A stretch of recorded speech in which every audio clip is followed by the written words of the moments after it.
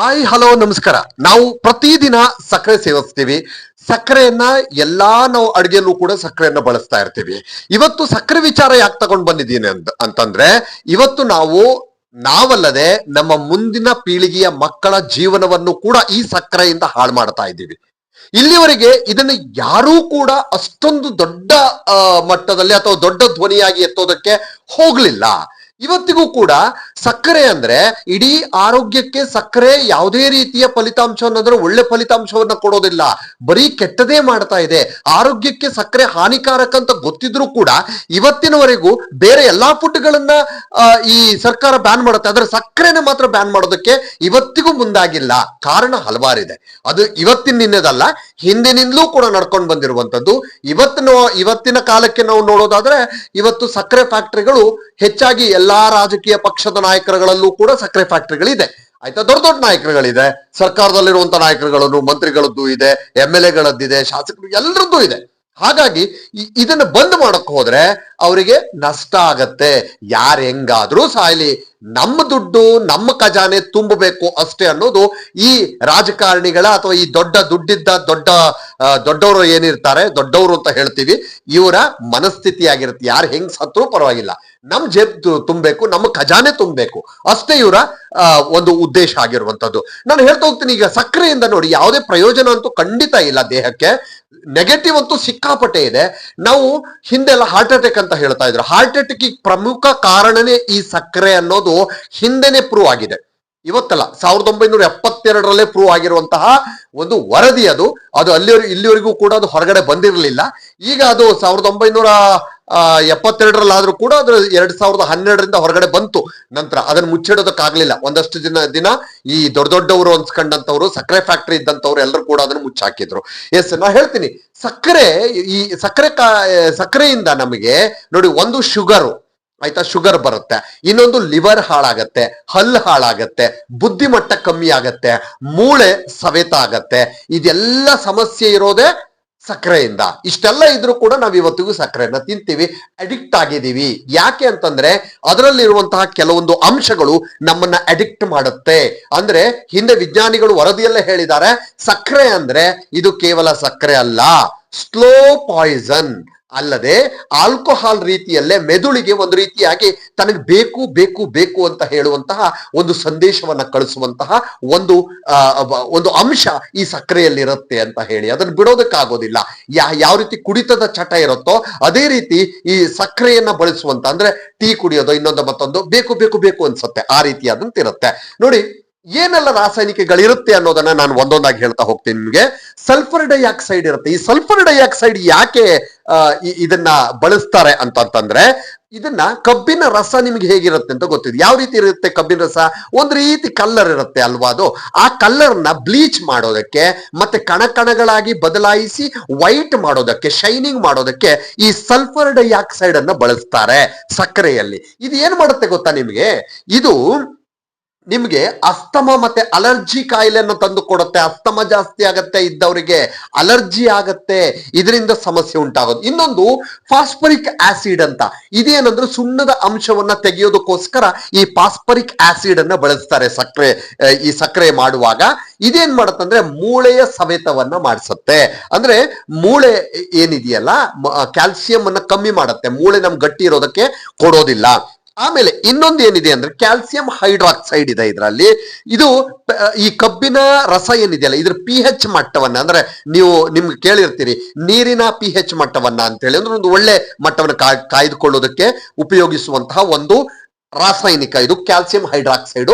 ಇದನ್ನು ಬಳಸ್ತಾರೆ. ಇದೇನ್ ಮಾಡುತ್ತೆ ಅಂದ್ರೆ ನಿಮ್ಮ ಜೀರ್ಣಾಂಗ ವ್ಯವಸ್ಥೆಯನ್ನು ಕಂಪ್ಲೀಟ್ ಆಗಿ ಕೊಲಾಪ್ಸ್ ಮಾಡಿಬಿಡುತ್ತೆ. ಅಂತಂದ್ರೆ ನೀವು ಏನೇ ತಿಂದ್ರೂ ಕೂಡ ಪೌಷ್ಟಿಕಾಂಶಗಳು, ವಿಟಮಿನ್ಸ್, ಮಿನರಲ್ಸ್ ಇವೆಲ್ಲವನ್ನು ಕೂಡ ದೇಹ ಹೀರ್ಕೊಳ್ಳೋದಕ್ಕೆ ಬಿಡೋದಿಲ್ಲ. ಇದನ್ನ ನಾಶ ಮಾಡುತ್ತೆ. ಅಂದ್ರೆ ನಿಮ್ಮ ಜೀರ್ಣಾಂಗ ವ್ಯವಸ್ಥೆನ ಕಂಪ್ಲೀಟ್ ಆಗಿ ನಾಶ ಮಾಡುತ್ತೆ ಇದು. ಆಯ್ತಾ, ಇದೆಲ್ಲವೂ ಕೂಡ ಏನಾಗುತ್ತೆ. ಆಮೇಲೆ ನಿಮ್ಗೆ ಇನ್ನೊಂದು ಹೇಳ, ಸಕ್ಕರೆಯಲ್ಲಿ ನೀವು ಸಕ್ಕರೆನ ಬಳಸ್ತಿರಲ್ಲ, ಇದರಲ್ಲಿ ಯಾವುದೇ ವಿಟಮಿನ್ಸ್ ಇರಲ್ಲ, ಮಿನರಲ್ಸ್ ಇರಲ್ಲ, ಪ್ರೋಟೀನ್ಸ್ ಇರಲ್ಲ, ಎಂಥ ಮಣ್ಣು ಇರಲ್ಲ.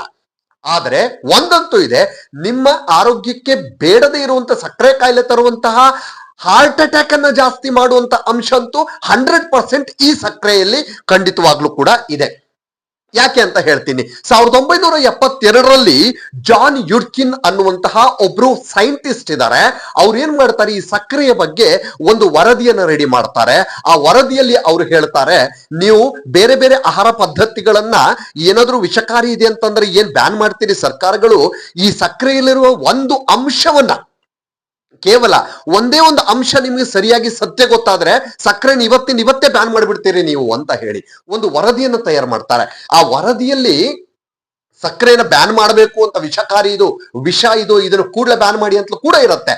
ಆದರೆ ಏನಾಗತ್ತೆ ಗೊತ್ತಾ, ದೊಡ್ಡ ದೊಡ್ಡ ಉದ್ಯಮಿಗಳು ಇರ್ತಾರಲ್ಲ, ಸಕ್ಕರೆ ಉದ್ಯಮಿಗಳು, ಅವರೆಲ್ಲರೂ ಕೂಡ ಒಂದಷ್ಟು ಜನ ವಿಜ್ಞಾನಿಗಳಿಗೆ, ಬೇರೆ ಬೇರೆ ವಿಜ್ಞಾನಿಗಳಿಗೆ ಒಂದಷ್ಟು ಹಣ ಕೊಟ್ಟು ಸುಳ್ಳು ವರದಿಯನ್ನ ತಯಾರು ಮಾಡ್ತಾರೆ. ಈ ಹಾರ್ಟ್ ಅಟ್ಯಾಕ್ ಎಲ್ಲ ಬಂದಿದ್ದು ಕೂಡ ಇದೇ ಸಕ್ಕರೆಯಿಂದ ಅಂತ ಕೂಡ ವರದಿಯಲ್ಲಿ ಆಗಿತ್ತು. ಅವಾಗೆಲ್ಲ ಏನ್ ಮಾಡಿದ್ರು, ಈ ಕೊಬ್ಬಿನ ಅಂಶದಿಂದ ಬರುತ್ತೆ ಹಾರ್ಟ್ ಅಟ್ಯಾಕ್ ಅಂತ ಹೇಳ್ತಾ ಇದ್ರು. ಆದ್ರೆ ಇವರು ಜಾನ್ ಯುಡ್ಕಿನ್ ಅವರು ಇಲ್ಲ, ಸಕ್ಕರೆಯಿಂದಲೇ ಬರ್ತಾ ಇದೆ ಹಾರ್ಟ್ ಅಟ್ಯಾಕ್ ಅನ್ನೋದನ್ನ ವರದಿಯಲ್ಲಿ ಪ್ರೂವ್ ಮಾಡ್ತಾರೆ. ಅದಾದ ನಂತರ ಈ ಏನು ಸಕ್ಕರೆ ಉದ್ಯಮದ ದೊಡ್ಡ ದೊಡ್ಡವರೆಲ್ಲ ಏನಿದ್ದಾರೆ, ದುಡ್ಡಿದ್ದಂಥವ್ರು, ಇವರೆಲ್ಲ ಹಣ ಕೊಟ್ಟು ಒಂದಷ್ಟು ಜನ ವಿಜ್ಞಾನಿಗಳನ್ನ ಪರ್ಚೇಸ್ ಮಾಡಿ ಒಂದು ವರದಿಯನ್ನ ತಯಾರು ಮಾಡ್ತಾರೆ. ಇಲ್ಲ, ಹಾರ್ಟ್ ಅಟ್ಯಾಕ್ಗೆ ಸಕ್ಕರೆ ಕಾರಣ ಅಲ್ಲ ಅನ್ನುವ ರೀತಿಯಲ್ಲಿ ಒಂದು ವರದಿಯನ್ನ ತಯಾರು ಮಾಡ್ತಾರೆ. ಆಮೇಲೆ ಒಂದು 20-30 ವರ್ಷ ಏನಾಯ್ತು, ಈ ವರದಿನ ಹೊರಗಡೆನೆ ಹಾಕ್ಲಿಲ್ಲ, ಹಂಗೇ ಮುಚ್ಚಿಟ್ಬಿಟ್ರು. ಆಮೇಲೆ 1912ರಲ್ಲಿ ಇವರು ಇನ್ನೊಬ್ರು ಬರ್ತಾರೆ ಅಲ್ಲಿ, ಅವ್ರ ಹೆಸರು ರಾಬರ್ಟ್ ಲುಸ್ಟಿಂಗ್ ಅಂತ. ರಾಬರ್ಟ್ ಲುಸ್ಟಿಂಗ್ ಅವರು ಕ್ಯಾಲಿಫೋರ್ನಿಯಾದ ವಿಶ್ವವಿದ್ಯಾಲಯದ ಒಬ್ರು ವೈದ್ಯರಾಗಿರ್ತಾರೆ. ಅವರು ಬಂದು ಈ ಹಿಂದೆ ಇದ್ದಂತ ಇವರು ಜಾನ್ ಯುಡ್ಕಿನ್ ಅವರು ಬರ್ದಿದ್ರಲ್ಲ ವರದಿ, ಅದನ್ನ ತೆಗೆದುಬಿಟ್ಟು ಆ ವರದಿಯನ್ನು ಅಧ್ಯಯನ ಮಾಡ್ತಾರೆ. ಅವ್ರು ಹೇಳ್ತಾರೆ 2012ರಲ್ಲಿ ಇದು 100% ಸರಿ ಇದೆ.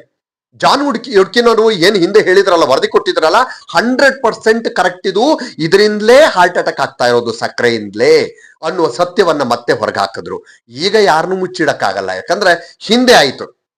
ಈಗ ಎಂತಹ ದೊಡ್ಡ ಉದ್ಯಮ ಇದ್ರು ಕೂಡ ದುಡ್ಡು ಕೊಟ್ಟು ಮುಚ್ಚಾಕ್ತೀನಂದ್ರೆ ಇವತ್ತಿನ ಸೋಷಿಯಲ್ ಮೀಡಿಯಾ ಅಥವಾ ಮಾಧ್ಯಮಗಳು ಇದರಿಂದ ನಿಮ್ಗೆ ಮುಚ್ಚಾಕಕ್ ಸಾಧ್ಯ ಇಲ್ಲ, ಯಾರಿಗೂ ಕೂಡ, ಎಷ್ಟೇ ದುಡ್ಡಿರ್ಲಿ. ಆಯ್ತಾ, ಬಡವರ ಸಾಯಲಿ, ನಮ್ಮ ಜೋಬ್ ತುಂಬಲಿ ಅಂತ ಹೇಳುವಂತ ಕಾಲ ಹೊರಟಾಯ್ತು. ಹಾಗಾಗಿ ಈಗ ಈ ಒಂದು ಅಭಿಯಾನ ನಿಜವಾಗ್ಲೂ ಕೂಡ ಬೇಕಾಗಿದೆ ನಮ್ಮೆಲ್ರಿಗೂ ಕೂಡ, ಸಕ್ಕರೆಯನ್ನ. ಯಾಕಂದ್ರೆ ನಾವು ಇರ್ಲಿ ಅಂತ ಬಿಟ್ಟು ಹೋದ್ರೆ ಮುಂದೆ ನಮ್ಮ ಪೀಳಿಗೆಯ ಮಕ್ಕಳೇನಿದ್ದಾರೆ, ಮುಂದಿನ ಮಕ್ಕಳೇನಿದ್ದಾರೆ, ಪೀಳಿಗೆಯ ಮಕ್ಕಳನ್ನ ನಾವು ಉಳಿಸ್ಕೋಬೇಕಾಗಿದೆ. ಇಲ್ಲಾಂದ್ರೆ ಬಹಳ ಕಷ್ಟ ಇದೆ. ಯಾಕಂದ್ರೆ ಇವತ್ತು ಹೆಚ್ಚಿನ ಸಂಖ್ಯೆಯಲ್ಲಿ ನಾವು ಕ್ಯಾನ್ಸರ್ನ ಕಾಣ್ತಾ ಇದೀವಿ. ಈ ಕ್ಯಾನ್ಸರ್ಗೆ ಕಾರಕವಾದ ಅಂಶನೇ ಸಕ್ಕರೆಯಲ್ಲಿರುವಂತದ್ದು. ಸಕ್ಕರೆನೇ ಎಲ್ಲವನ್ನೂ ಕೂಡ ಮಾಡ್ತಾ ಇರುವಂತದ್ದು. ಇವತ್ತು ಸೋಷಿಯಲ್ ಅಲ್ಲಿ, ನಾವು ಸಮಾಜದಲ್ಲಿ 60% ಜನ ಇವತ್ತು ಸಕ್ಕರೆ ಕಾಯಿಲೆಯಿಂದ ಬಳಲ್ತಾ ಇರೋದನ್ನ ನೋಡ್ತಾ ಇದ್ದೀವಿ.